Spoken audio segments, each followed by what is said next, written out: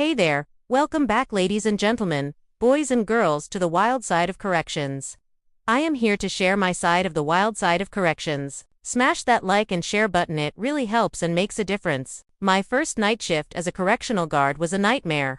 It wasn't the inmates that kept me up at night, but a strange occurrence during my patrol that still haunts me. The cell block was quiet as I patrolled the rows of cells that first night. The only sounds were the hum of the fluorescent lights and the distant clink of a cell door. Suddenly, something caught my eye. Inmate 427 was lying face up on his bunk, completely still. I quickly approached the cell and yelled through the bars. But his feet were dangling off the end of the bed, his body eerily motionless. My heart skipped a beat. This didn't look right. Hey, 427. Move it or make some noise.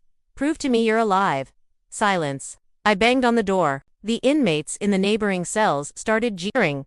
What's the matter, rookie? Do you even know what you're doing? He's playing possum. He's just a heavy sleeper. I turned to the other guard next to me to call it in. The other guard refused. Said we should pay attention to what the other cells were claiming. This inmate is just a really deep sleeper, and we should move on. I couldn't shake off the feeling that something was wrong.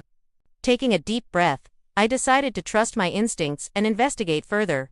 Despite protest from the other guard, I unlocked the cell and cautiously entered. The other guard annoyingly called me crazy, but I didn't care.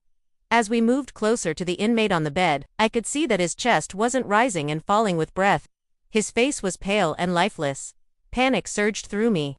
Adrenaline pumping, I rushed to the intercom and radioed for backup and medical assistance. Within seconds, the cell block was swarming with activity. Other guards secured the area and the frantic energy filled the room. But it was too late. He didn't make it. Later, after the shock had worn off and the whispers had died down, I learned the cause of death. The inmate had apparently overdosed on drugs.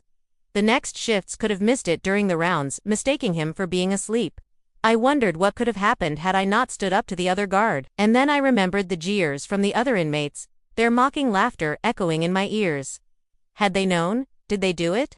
Questions that would plague me for weeks. As it turned out, the inmate had made a bad deal with another inmate, a big shot in the prison hierarchy. Apparently, the inmate had been dealing drugs and the big shot wanted his cut. But instead of getting a share of the profits, the unfortunate soul ended up getting a bad batch of drugs. This was supposed to be a job where I just patrolled, checked in inmates and made sure everyone was behaving.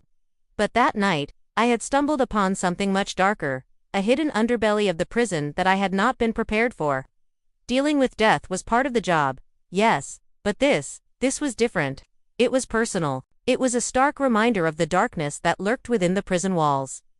That night shift felt like it went on forever. I don't tell this story to sensationalize prison life.